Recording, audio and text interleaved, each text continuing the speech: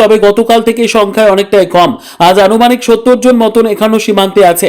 সকালে যখন বৃষ্টি হচ্ছিল তখন তাদের সীমান্তের পাশে একটি নবনির্মিত বাড়িতে আশ্রয় দেওয়া হয়েছে। তবে এখনো বাংলাদেশিরা সীমান্তে আসছে। যত বেলা বাড়বে তত বাংলাদেশিদের সংখ্যাটাও বাড়বে।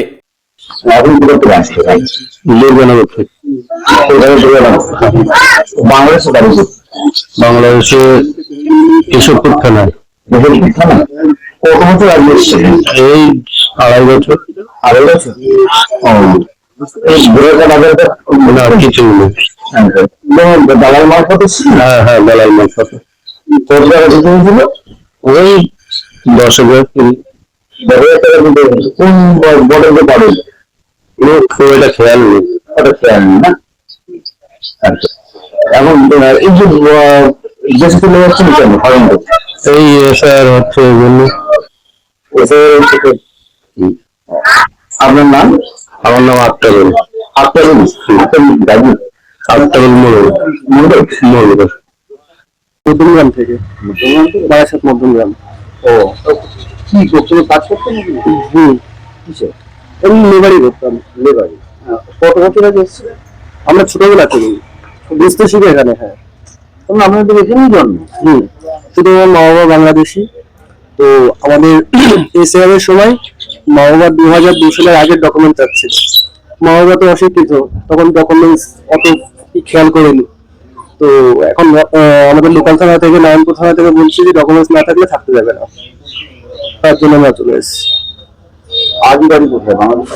মা বাবা আদি বাড়ি বাংলাদেশ, খুলনা জেলা। খুলনা যায়? সেখানে চলে যাচ্ছি। এখন সেখানে চলে যেতে পারে, কি করবো? আমরা তো ছোটবেলা থেকে এখানে বড় হয়েছি। এখানে পারবে? মা বাবা ওখানে থাকে? মা বাবা এখানেই থাকে। ছোটবেলায় আমার মা বাবা এসেছিল 2001 সালে না 2002 সালে এসেছিল। আমরা তো এখানেই বড়, এখানে লেখাপড়া করেছি, এখানে বড় হয়েছি, এখানে কাজ কাম করছিলাম।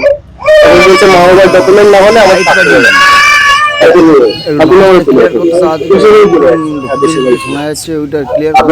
আমার নাম হৃদয় মোল্লা। হৃদয় মোল্লা। হৃদয় মোল্লা। হ্যাঁ।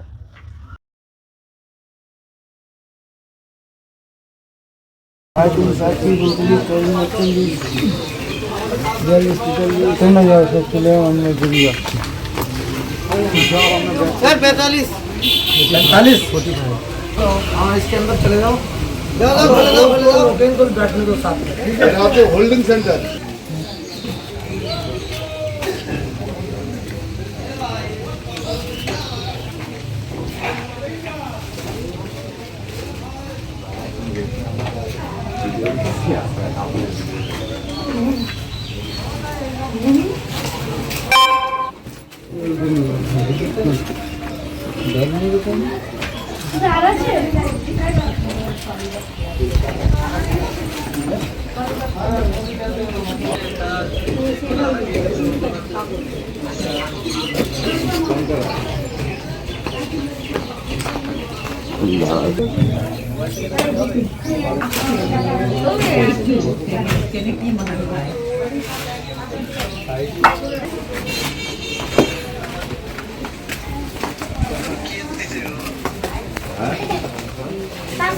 चलो बस चले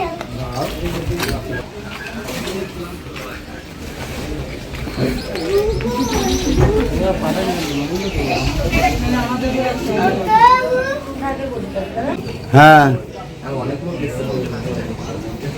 খুঁজে পাচ্ছি না, খুঁজছি।